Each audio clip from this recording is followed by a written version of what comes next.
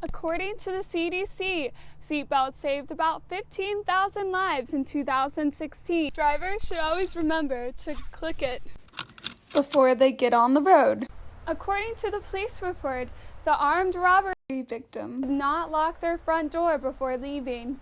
Athens Clarke County Police are still on the lookout for the armed robbery suspect. Athens police are urging residents to always remember to lock your front door before you leave. 2,077.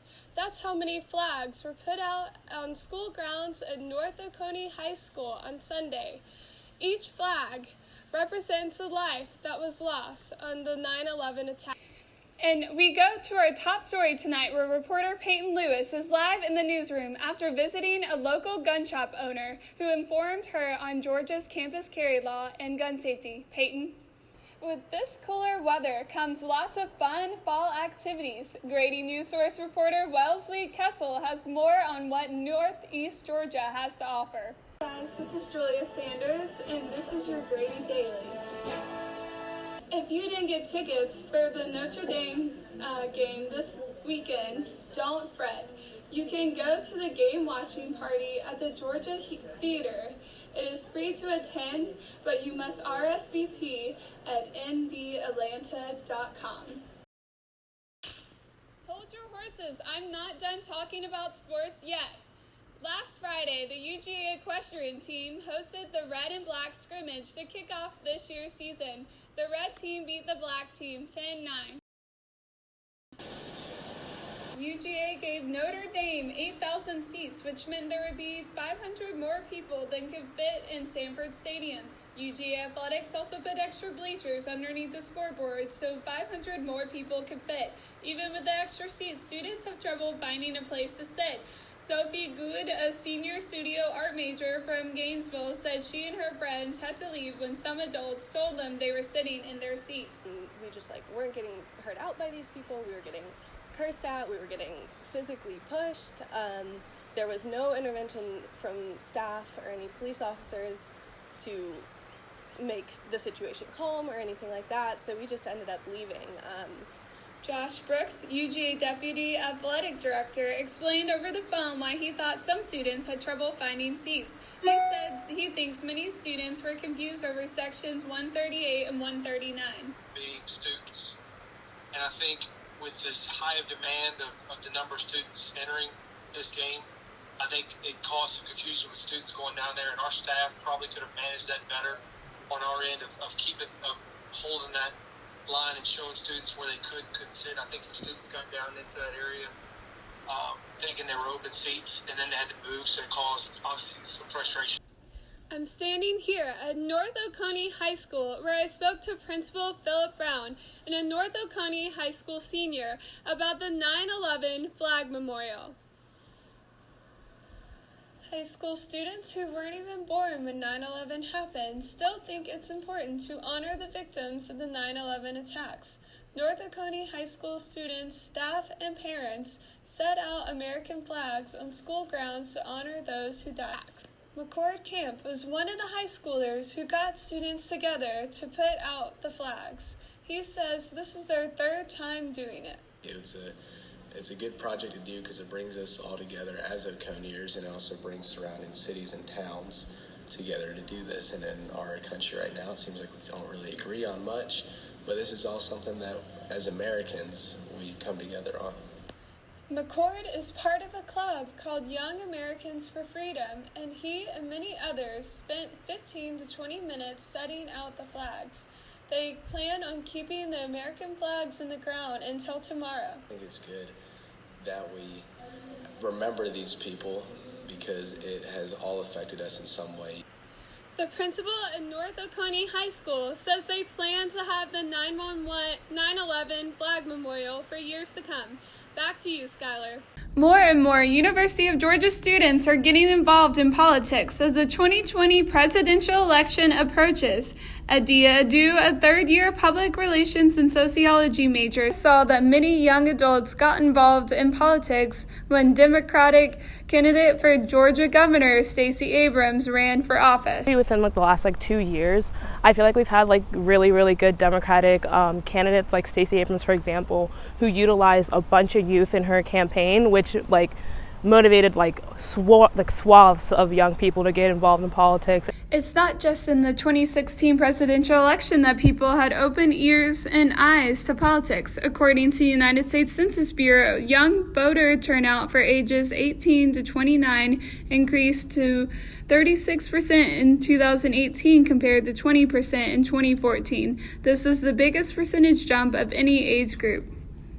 Even though UGA students may be involved in politics, youth voter turnout has historically been lower than older voters, according to Dr. Charles Bullock, a UGA political science professor. Part of it may be because young people are often not settled.